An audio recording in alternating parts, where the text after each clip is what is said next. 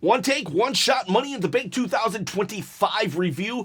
We're going to talk about the whole PLE, but let's get to the surprising part at the end, the shocking part, if you will, at the end, and then we'll go back and talk it all over.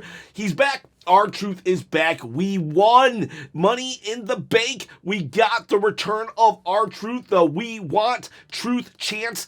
It worked, and that's why we must let our voices be heard. Now, there are a lot of people, I've already seen it, even in my own group chat, saying, you got worked, we got played, it was all a ruse, it's all part of the story, and I don't believe that. I really don't believe that. I honestly, truly believe that Triple H heard and saw what happened on Monday Night Raw, and he readjusted. He made future plans for RTruth. Now, maybe on Friday night, when John Cena actually said he brought up RTruth, maybe at that point they knew he was coming back, so they gave John Cena the go-ahead. But for real, I think last week when Ron Killings, he posted that tweet about him not being renewed, I believe that was legit. Otherwise, we'll see Carlito with his PS5 on Monday Night Raw. No, these guys were released and our voices were heard. We need to take the W. Now, let's just say this, though. Let's just say that we were worked and this was all a storyline. Okay, who cares? Work me all day long. Make me believe something and pull the rug from under me in a good way, in a storyline ways. Swerve me. That's what I want. That's what wrestling is. So, Triple H, if you actually did completely trick me and make me buy into the storyline, great job. And, on the other hand, Triple H, if RTruth was truly released and you listened to the outcry of the fans, well, great job. Either way, I give you very much kudos. I'm going to yell at you later for your decision in the men's Money in the Bank, but right now, when it regards RTruth, brilliant. I love it. Whether you worked me or you didn't. I'm going to steal a quote from Depernicus. He's another YouTuber, saying that we got worked is not the insult that you think it is. We want to get worked. We truly do. I just don't think it was. Because, you know what? Let's go back to WrestleMania 40. The Rock will be quick to say, oh yeah, totally. We had this all planned all along. The We Want Cody movement, Whether or not the outcome and the Cody title reign is something you didn't like and you wish it hadn't happened, doesn't matter. What did happen was when The Rock swooped in to take the main event from Cody Rhodes, well, the We Want Cody chant did turn the tides, and everything changed because of the WWE universe, and they pivoted. Now, they will try to rewrite history and say that it was all part of the greater plan, but I don't buy that, just like I don't buy that RTruth was originally part of the Money in the Bank plans. Now, here's the deal, though. It's perfectly acceptable for him to still be used because he wasn't released. And even if he was released, he would have a 90-day non-compete clause where he could still wrestle for the WWE. But he's still under contract. His contract is just being not renewed. So if his contract is up in September, he can wrestle every single day for the WWE up until September. He's an employee. So maybe they just brought him back for this one appearance. And I would even be okay with that because it's respect. It's respect.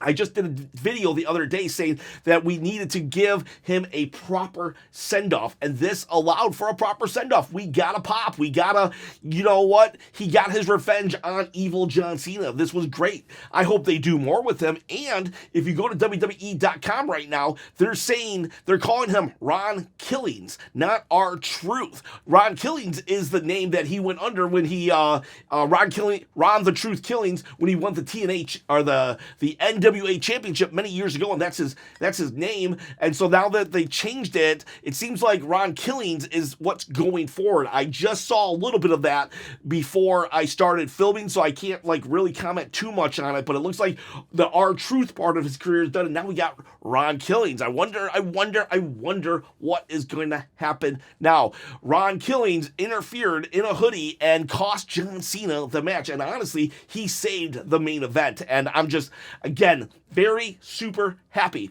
If you think I got worked and I'm a moron, okay. Okay, I just don't care. At the end of the day, RTruth / Ron Killings is back, and either I won because I let my voice be heard, we want truth, or I won because Triple H tricked me, and that's what wrestling is, the suspension of disbelief to the point that I can be tricked into believing. And if Triple H tricked me into believing, then kudos to him. Great storytelling, Triple H, or great listening to your audience, even though we're not real, right? I can't let you live that down. Not going to give you a pass on that, but no, for real, Triple H, thank you. Thank you for allowing RTruth to have his moment in the sun and for us not to just kick him out the door like he's yesterday's news. I love that. Love that. Love that. So now let's review the entire show, and I will review the actual match towards the end. We're going to start off with the Money in the Bank, the women's match. It is this is a tale of two. This is a tale of two. This is a tale of two Money in the Banks because it was an awesome Money in the Bank. The women's really showed up and showed out today, and the men's Money in the Bank was pretty solid too. I was actually thoroughly enjoying myself up until about 3/4 through the match. The Secret Hervis, the bronze, showed up, and it was like, oh god. And then it became so predictable, such a sludge. Seth Rollins ends up winning, and I'm like, oh man, this sucks. This is so predictable. I'll talk more about it later, but I'm like, this is so predictable. I was really hoping that he would cash in on not Jey Uso, but John Cena. I thought that would have been the only way to salvage that Money in the Bank victory, because, John Cena wants to ruin wrestling. Seth Rollins wants to save wrestling. What if Seth had come in and we all thought he was going to cash in on Jay, but then he cashes on John Cena for this belt right here? That would have been amazing. That would have been cool. He didn't do it. However, if you want this belt right here yourself and you want to cash in, all you got to do is comment below. At 20,000 subscribers, I'm going to give away this belt because I'm trying to quit my day job. So how do you win? I pick a comment from a random comment from a random video, and that's how you win. You comment below, you subscribe to the channel, and you hit that bell, ding, ding, ding, notification, and if you could give a thumbs up, I'd appreciate it. The thumb would appreciate it.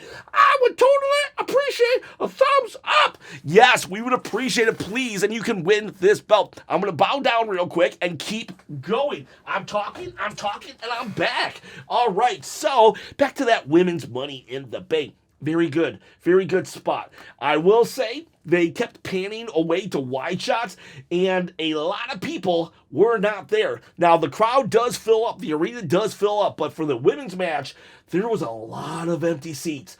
And it's even more prevalent because this was an arena where there's like lights on the chairs. So if you're not sitting down in the chair, the light is exposed. And so you can, every time you could see a light, you could know that it was an empty seat. I don't know if the TKO price out has happened where they're pricing out the real fans, but it was apparent that the arena was not full tonight. I don't think there was a full 17,000 house tonight, but regardless, the match itself was pretty decent. There weren't a lot of botches or clunky spots, but it wasn't as memorable as last year. Last year was like a car crash, but it was like a good car crash. You know what I mean? You're like, ooh, that's like, how did they get the Jeep on the roof of that house? Kind of. That was last year's Money in the Bank. This one was kind of, hang on a second. That's good stuff, pal. This one was kind of like, I guess I did go in with very super high expectations, and that's on me. The expectations I put on this because of the women involved, I probably put a little too high. And I'm recognizing that because it wasn't this oh my god, Money in the Bank. But that's not necessarily a bad thing. I could tell they were working hard. They were doing their spots. There was like, they like 2 code reds one time. I think it was Alexa Bliss onto Naomi and Roxanne Perez on, I'm not sure who she did it on, but she did it on someone. And then Stephanie Vakir did the Devil's Kiss on Rhea Ripley, which was surprising that Rhea took that of all people. And the right winner won. The right winner won. Very, very happy about that. I thought Roxanne Perez was going to win, but Naomi won. Couldn't believe it. And it's even more cool because Rhea was in this match. Rhea in this match makes Naomi's victory even better. Naomi should start gloating that she beat Rhea when we all know it doesn't really count unless it's one-on-one. But Naomi should just start gloating on everyone. It was very much a new generation versus the old guard for a while there throughout this match, and that's not a bad thing either. The only complaint I guess I have is that there was a lot of just one-on-one in the ring. It's almost like someone would come in and they would like knock them out with some kind of like, a punch. One punch and Alexa Bliss is going to be on the floor for 10 minutes. And so I didn't like that. WWE has been really good about making a triple threat about all 3 participants. And this one was very much not about all 6 participants at the same time.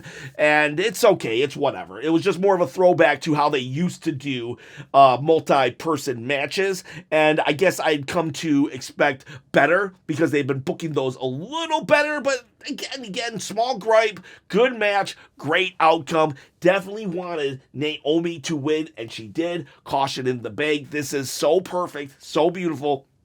This is what the Money in the Bank is for. It is to elevate someone who is at that upper mid-card level, get them to that next level, to the main event level. I know Naomi, it was in the main event a long time ago. These are flashbacks when she was, she's held the title before, but honestly, I don't really consider her a main eventer. And so the fact that she is now with that Money in the Bank, I think she can be a main eventer right now. I think her character work has been on point. I'm going to bring this, I'm going to try to do a video later on about Naomi, but, Cody Rhodes gets a lot of adulations about how he left WWE and bet on himself, and then he came back a conquering hero. Well, so did Naomi. She walked out with the title. She put the tag team titles with Sasha Banks / Mercedes Moné. She puts it on John Laurinaitis' desk and says, "We're out. Peace out." She goes, and while Mercedes Moné has never returned and still doing her own thing in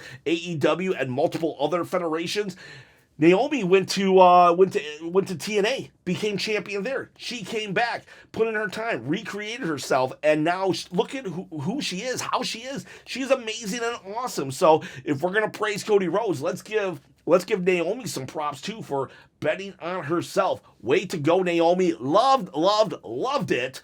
Man, I loved it. Then we had Dominic versus Octagon Jr. And fun fact, Octagon Jr. is actually the arch nemesis. The Octagon family is actually the arch nemesis of Penta and his family, because Penta is short for Pentagon, and he's actually Pentagon Jr. So, that's a fact that they probably will never really bring up.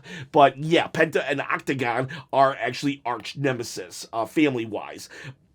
Here, this match was kind of just thrown in there. It was from the AAA Worlds Collide event earlier, and that was amazing and awesome. I didn't get to really watch it all because I was working, but what I did see was good. Mr. Iguana, I could see them trying to bring him over to WWE. And the Vikingo versus Chad Gable match was pretty solid too. Though I will say in that Chad Gable did a top rope or something pile driver, and Vikingo kicked out. I'm like, didn't we just make the pile driver? Didn't we just rehabilitate the pile driver's credibility and reputation? Why are we destroying it all over again? So I didn't like that. I didn't like some of the moves, but I mean, they were amazing to watch. But at the end of the day, I think they take away from the impact by doing something like that. How are you going to kick out of a pile driver from the top rope?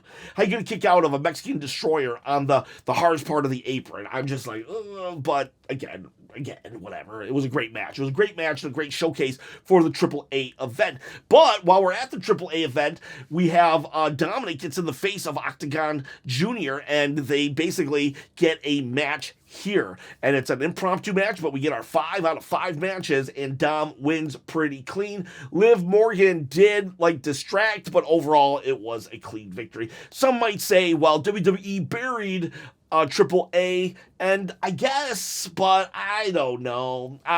It's like, you're on the WWE actual PLE, so I get why Dom won. Just like Vikingo, I get why Vikingo beat Chad Gable. Did WWE get buried in AAA? Nah, I don't think so. And so I'm okay with Octagon losing here. Nothing really to stand out other than Dom is definitely a heel again. He's been playing kind of a tweener role because the crowd loves him, but no, he's a heel. He was definitely healing it up. Becky versus Lyra. This was even better than their other match at Backlash. They clearly have more chemistry. It's hard to do nowadays because TKO in their never-ending quest for more merchandise. By the way, this was brought to you by Cash App, Wheatley, 7-Eleven, Morgan & Morgan, I think Elder Scrolls, Fireball.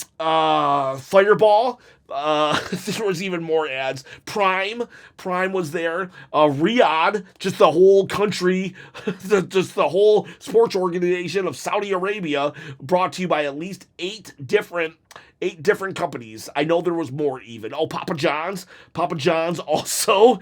A lot of brought to you buys. And I got 9 right there off the top of my head, but there was even more. I think there was about 15 paid advertisers roughly. But regardless, this was a decent match, and because you can't do house shows anymore because they don't make enough money from advertisers. That's where I was getting at with that. It's hard to build a repertoire, chemistry in the ring, and Lyra and Becky definitely have it. Becky did win. She pulled the tights, but the camera wasn't that great. Maybe it's because Lyra's tights were so small. I don't know. Maybe there was some actual costume malfunction or something, but they didn't show a very clean shot of her getting rolled up. So in reality, Becky can just argue, no, I didn't. Show me the camera angle, because I don't think they have a PG camera angle of this. So Becky wins, and then she makes Lyra hold up her hand, and then she makes Lyra hold up her hand to all four camera shots, all 4 sides of the ring, and then she says, put the belt on me, and then Lyra puts the belt on, and then Sherman suplexes. So what I thought would happen is Becky would beat her up until Bayley showed up, but I don't know, it didn't happen. We will get more to this feud, though. It was very good. I liked it very, very much so. It was the right winner, but no Bayley, and honestly, it's kind of what is happening to her? Is she going to become like Cross and Miz? I hope not. Bayley has a pretty fat contract, so I could see TKO be like, that's kind of expensive. We got to cut the fat, and I don't want that to happen. I love Bayley now, and it took me a very long time to love Bayley, but I do truly respect and love her now. Then we go to the Money in the Bank, the men's match. This was a really solid match. Solo Sikoa, so much aura, so funny, so hilarious. He is so good. Him making fun of LA Knight, him just sitting back as everybody beats up Seth Rollins. Gold. His facial expressions. Oh my gosh. I'm just absolutely in love with Solo Sikoa. I think Naomi might be my number 1 right now, and Solo might be my number 2, with Drew McIntyre my number 3. I can't believe I got 2 people right now over Drew McIntyre. Drew McIntyre's been my favorite forever, and so yeah, we get this, we get the Money in the Bank. It's a lot of back and forth, and it's I'm loving it. Loving Solo Sikoa. He's really found his niche. Seth Rollins almost fell out of place in this match. He really did feel a little out of place. It's he was the main event guy. He was the favorite going in, and I thought to myself, no way Triple H will do this. I really thought Triple H was going to give the opportunity, just like he gave it to Naomi. I feel I feel the two people that could have benefited the most was Solo Sikoa and especially LA Knight. Now, what they did with Solo was perfect. So, like, he didn't need it based on the story they told. LA Knight was the dude. LA Knight was the dude. We had a great match. There was a lot of cool stuff. We had Andrade and Penta. They went up to get the briefcase together, and Andrade's like, you get it. And Penta looked like kind of a moron because he reaches for it and then Andrade hits him, but like, whatever. And then Grande Americano doing great. Really happy that he's getting to spotlight after all these years. You know, he was blacklisted from his enemies in Mexico, and he, like, who would have thought he would have had such a career renaissance? And he really just was like a master in this match. Now, he did a lot of he did do some ankle locks like Ken Shamrock and Kurt Angle used to do. So there is some thoughts that maybe he's like one of them. But then he also did some German suplexes. So I'm wondering if... So my top suspects right now for who Grande Americano is Brock Lesnar, Ken Shamrock, and Kurt Angle. Offside chance Jason Jordan, since he is Kurt Angle's kid. You know what I mean? Anyways, we don't need to talk about that anymore, and I wish Michael Cole would stop talking about who Grande Americano is, because do we ask who Rey Mysterio is? Who is under the mask of Dragon Lee? No, we don't. And we should just stop asking about who's under the mask of Grande Americano. Anyways, that said, we did have an amazing suplex with Penta from Grande. LA Knight also took Grande way. LA Knight. There was just a lot of stuff happening. It's hard to cover one of these matches. You kind of have to go and watch because there was just a lot of spots and a lot of dangerous spots. There was one time where Andrade kind of like was pushed off the ladder, and I think he was supposed to crotch himself, but he just kind of hit the ropes and then just bounced backwards onto the floor. And I was like, "Ooh, God, I hope he's all right." And yeah, so basically, a lot of crazy stuff, a lot of good stuff, I think there was there a Mexican Destroyer on the ladder? I believe so. There was a Mexican Destroyer on the ladder. It was crazy. It was chaotic. It was everything I wanted. And there was a lot of good storytelling. At one point, I had no idea who was going to win. They had a sequence of events where anybody, for like half a second, I even thought Andrade, would they pull a Jinder Mahal with Andrade and give it to a guy who just never won? I thought for half a second they were going to do that. So kudos on making me believe. But then Seth Rollins just calls out the Bronze. The Bronze come out and they just destroy everyone. And it's like, come on. Where's Sami Zayn? Where's CM Punk? Where's Roman Reigns? Okay, I get why Roman Reigns isn't there. I knew Roman wasn't showing up. I was hoping he would, but I knew he wasn't. But for Seth Rollins and CM Punk not to like be ready, it kind of didn't make sense. And I think that the Bronze just coming out and destroying everybody was just like weak. Now we did have Jacob Fatu and JC Mateo, hate that name, come out, which was like, that made sense. And there was a pop-up Samoan drop from Jacob Fatu onto Bronson Reed, and it was crazy and awesome. And then he helps Solo up, and Solo's like all happy he's gonna win, like yeah. Jacob sets up the ladder. He goes to go up it, but then he stops him and he says, "I hate you, Solo." And there it is, the complete breakup. And Solo, he loses the Money in the Bank matchup as well. And by the way, this match was brought to you by Fireball. They even had a Fireball ladder. Ooh gosh. If Vince McMahon Sr. is rolling in his grave as the soul of WWE is sold bit by bit. And so anyways, Seth Rollins eventually, he climbs up there, and I couldn't believe it. I really couldn't believe it. I really felt that this was, just like Naomi, this was an opportunity for LA Knight to finally break out of the mid-card. What's he going to do? I don't know. They rebuilt Solo real quick, so maybe they can rebuild LA Knight. I get it. He's over with the fans. He's probably made a lot of money, but I'm pretty confident that LA Knight would rather just be in the main event as your champion, and he is not.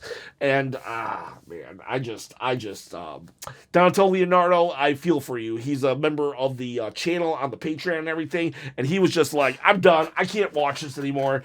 I'm just done. He just left. I feel like my shirt, like the sleeve is like not, I need to get my sleeve all even. Like that would bug me. Were you bugged by my sleeves not being even throughout this entire video? Sorry, it's one take, one shot. Have to keep going. But Seth Rollins wins and LA Knight, I don't know. I guess welcome back to the U.S. title picture once Solo beats Jacob Fatu. If he does, I don't know. What are you gonna do? Maybe he crashes out. Maybe LA Knight just is like, I'm done. This sucks. No more being a nice guy. You're all dummies, and I'm gonna prove it. So I don't know. Maybe we get something out of this. Hopefully we get something out of this because I just don't see what we do with LA Knight. I've been wrong before. I gave up on Solo, and now Solo is my second favorite.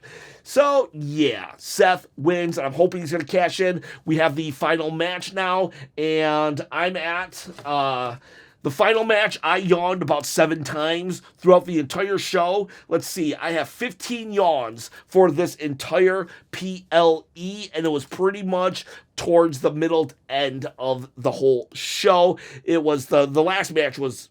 last match was a chore. I will say this, though.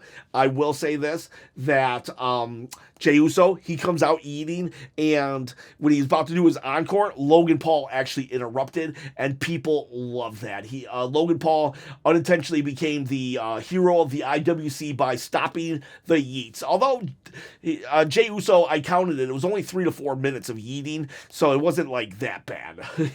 I started counting certain things. Jey Uso, they say he yeets for 10 minutes, so I started counting how long it actually was of yeeting. They say he only has 3 moves, so I counted how many moves he had. Throughout the entire match, this doesn't look good, though. Jey Uso only did 11 moves, and one of them was a super kick, one of them was just a punch, one of them was the spear, and one of them was the Uso splash. But 11 moves all together from Jey Uso, and 3 to 4 minutes of yeeting.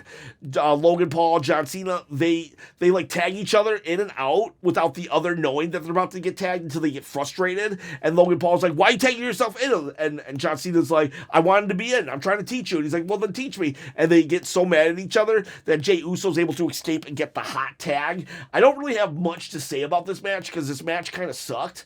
And like, or maybe it didn't suck. Maybe I just wasn't feeling it. I'm not gonna lie, I crashed out when LA Knight didn't win.